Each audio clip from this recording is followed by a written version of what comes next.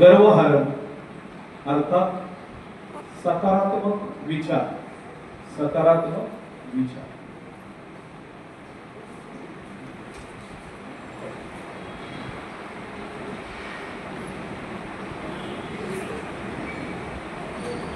काय करायचं, काय करायचं या दुष्काळाला?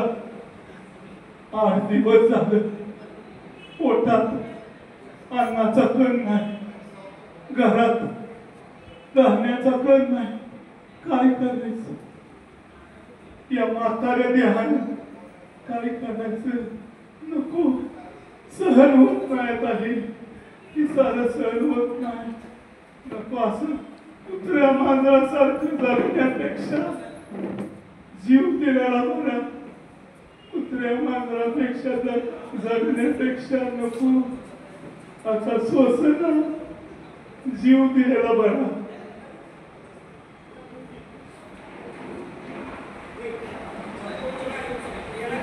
ऐका हो ऐका, ऐका हो ऐका, आपल्या नगरीमध्ये एक थोर तपस्वी मुनी महाराज, ऋषी महाराज येत आहेत आणि आपल्या सुंदरलाल राजाने असे जाहीर केले आहे की जो कोणी त्या ऋषीची प्रश्नांची उत्तरे देईल त्याला 100 सुवर्ण मुद्रा देण्यात येतील। पण जर उत्तर चुकले तर त्याला मृत्यूदंड हमखास, तर त्याला मृत्यूदंड हमखास। ऐका हो ऐका, ऐका, उद्या ठीक 10 वाजता राजदरबार भरवण्यात येत आहे हो। उद्या ठीक 10 वाजता सर्व नागरिकांनी उपस्थित राहायचं आहे हो।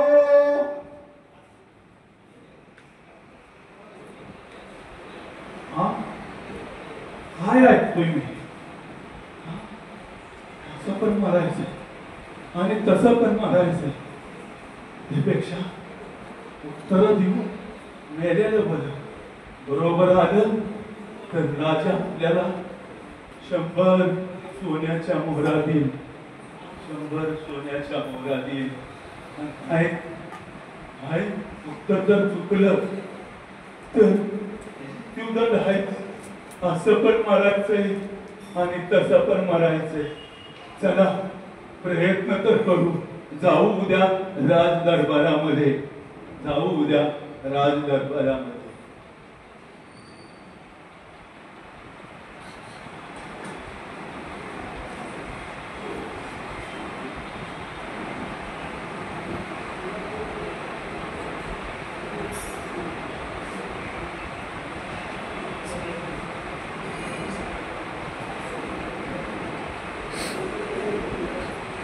दुसऱ्या दिवशी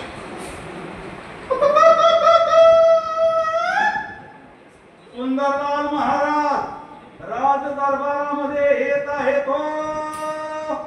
सुंदरलाल महाराज राजदरबारामध्ये येत आहेत हो।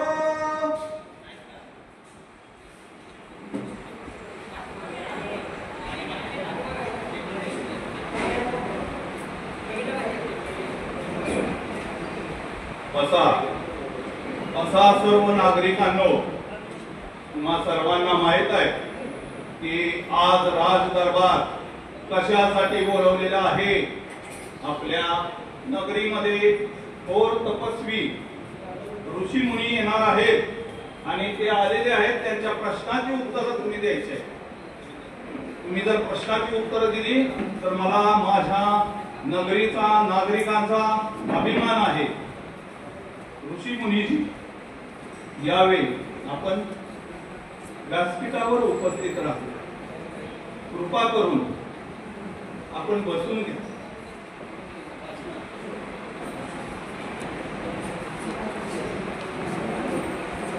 बघा, बराच वेळ झाला, अजून कोणीही आले नाही। घाबरले काय सगळे? कुठे गेले आपल्या राज्यातील विद्वान, पंडित, कुठं गेले? अरे कोण तयार नाही का प्रश्नांची उत्तरं द्यायला? कोण आहे तो माग उभा? हा, कोण आहे रे तो? शेतकरी. काय नाव तुझं? शिरप्या. आणि तू उत्तर देणार? अरे थोर विद्वान पंडित पुढे येणार आणि तू उत्तर द्यायला आलास. बरं ठीक आहे, चल तू आबरू तरी वाचवले आपल्या राज्याची. चल ये पुढं, ये तू उभा राहायचं. ऋषी मुनीजी कृपा करून आपण प्रश्न विचारायला सुरुवात करा.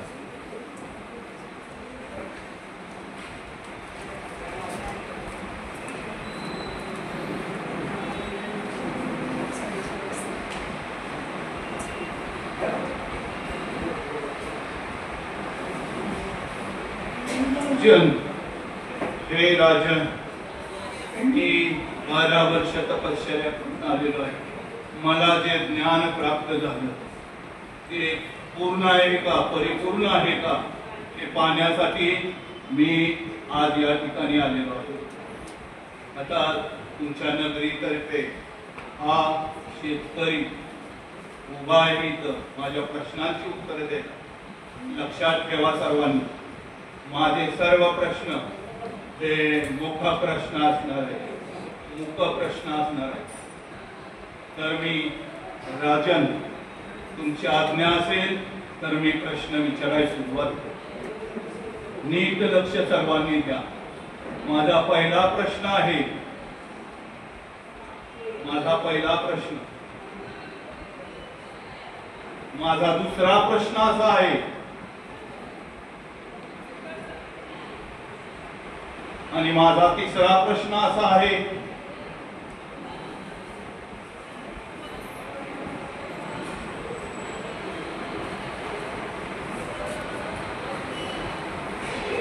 आणि माझा शेवटचा सर्वात कठीण प्रश्न आहे. माझा शेवटचा सर्वात कठीण प्रश्न आहे असा. तर या शेतकऱ्याने, काय नाव त्याचं? शिरप्या. तर या शिरप्यानं उत्तर द्यावं.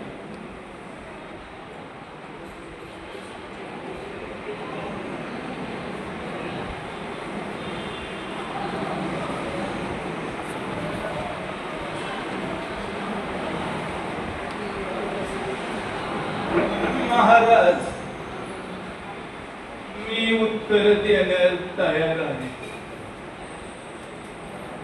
ऋषींचा पहिला प्रश्न होता असा. ऋषींचा पहिला प्रश्न आणि त्यावर माझं उत्तर आहे असं. ऋषींचा पहिला प्रश्न होता,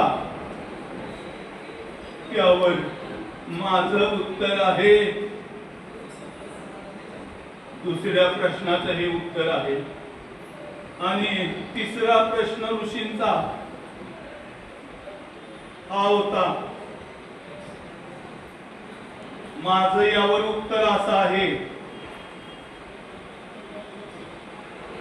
आणि ऋषींचा सर्वात कठीण प्रश्न असा होता, त्यावर माझं उत्तर आहे. आता ऋषी मुनींनी सांगावं माझ्या प्रश्नाची उत्तर बरोबर आहेत का, चूक आहे.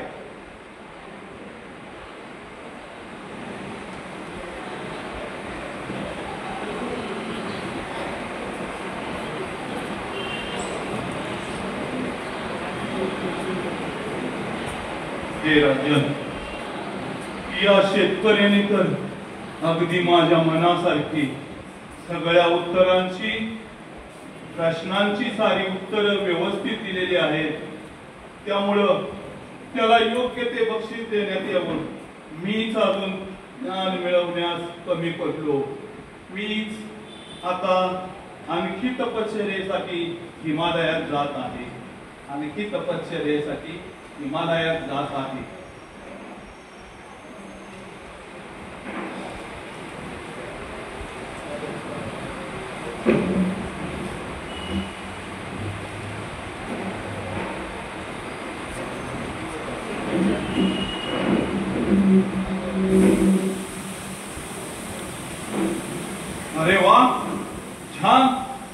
शिरप्या कुठून एवढं ज्ञान तू मिळवलं?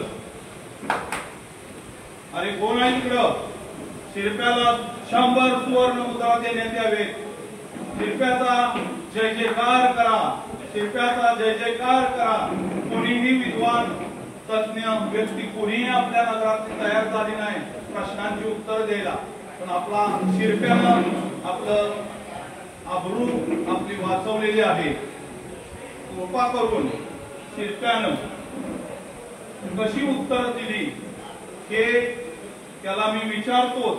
पण तत्पूर्वी महाराजांना ऋषी मुनींना मी विचारतो की तुमच्या दोघांचं काय झालं नक्की, काय प्रश्न उत्तर झाली हे कुणाच्याही लक्षात आलं नाही, माझ्याही लक्षात आलं नाही. त्यामुळं कृपया ऋषी मुनीजी आपण स्पष्टीकरण द्यावं. तुम्ही काय प्रश्न विचारले ना, आमच्या शिरप्यानं काय उत्तर दिली?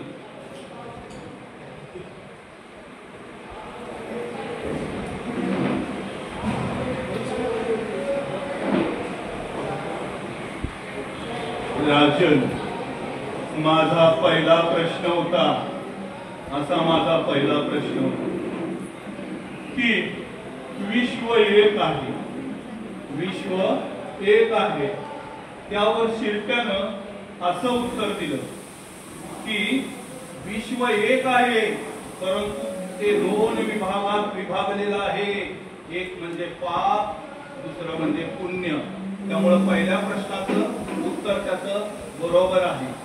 माझा दुसरा असा प्रश्न होता की ही पंचमहाभूत आहेत, पृथ्वी, आकाश, आप, तेज, वायू.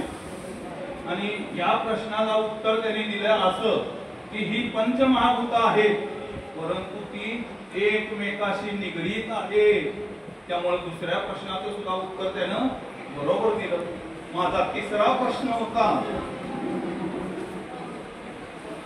हे 7 रेषा मी ओढल्या होत्या. हे 7 रेषा म्हणजे हे 7 ग्रह आहेत. त्यांनी आडवी रेषा ओढली. हे 7 ग्रह आहेत पण त्यांनी असं उत्तर दिलं की हे 7 ग्रह एका सूर्याभोवती फिरत आहेत. त्यामुळे तिसऱ्या प्रश्नाचं उत्तर त्यांनी अगदी बरोबर दिलेलं आहे. आणि सर्वात शेवटचा प्रश्न माझा असा होता की विश्व कसे आहे, विश्व कसे आहे. या सगळ्या चौथ्या अवघड प्रश्नाचं उत्तर सुद्धा त्यांनी दिलेलं आहे, समाधानकारक दिलेलं आहे. मी विचारलं विश्व कसे आहे, त्याने असं उत्तर दिलं की या मडक्यातील दह्यासारखं पांढरं शुभ्र असं विश्व. त्यामुळे सर्व प्रश्नांची उत्तरं त्यांनी योग्य दिलेली आहेत. कृपया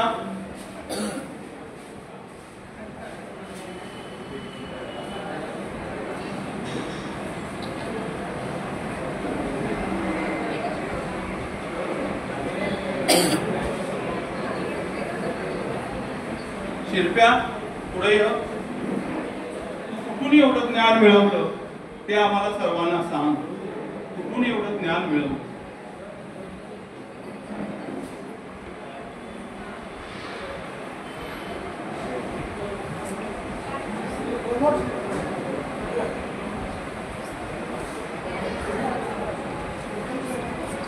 अहो महाराज, कुठलं ज्ञान काय ते काय ऋषीमुनी होता वय, ढोंगी साधू होता ते. मला पहिला प्रश्न असा विचारला असा, तुझा एक डोळा फोडील म्हणते, तुझा एक डोळा फोडील. मी का कमी आहे वय? हा, मी म्हटलं तुझं 2 डोळं फोडील. तर पहिल्या प्रश्नाचं मी उत्तर असं दिलं. तेव्हा म्हणला मला दुसरा प्रश्न विचारतोय, एका खोबाडीत पाडील म्हणला. दुसरा प्रश्न, मी का कमी आहे वय? हा, तुमच्याच राज्यातला नागरिक आहे. तेव्हा म्हटलं एका खोबाडीत पाडील. मी म्हटलं तुझं एका बुक्कीत दात पाडील. मी दुसऱ्या प्रश्नाचं उत्तर दिलं. आणि तिसरा प्रश्न म्हणतोय मला, मी उसाच्या 7 भाकऱ्या खातो, 7 रेषा ओढून सांगतोय. मी त्याला उत्तर दिलं आडवी रेषा ओढून. तू दिवसाच्या 7 भाकऱ्या खात असशील तर मी दिवसाच्या सकाळी 7 आणि संध्याकाळी 7. आणि निर्लज्जपणे देऊन विचारतोय कशा बरं खातोय. म्हणून मी सांगितलं त्या दह्या बरं खातोय. झालं एवढंच. धन्यवाद.